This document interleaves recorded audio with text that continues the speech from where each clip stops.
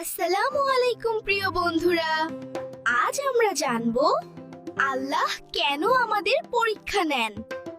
এই দুনিয়া হলো পরীক্ষার জায়গা।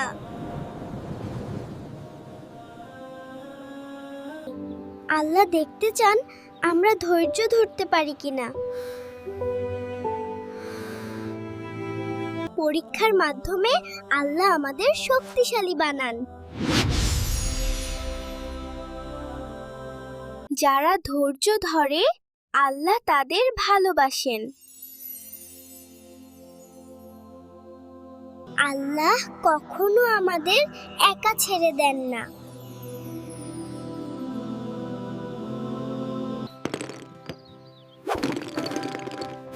পরীক্ষা আমাদের ভুল থেকে শিক্ষা দেয়।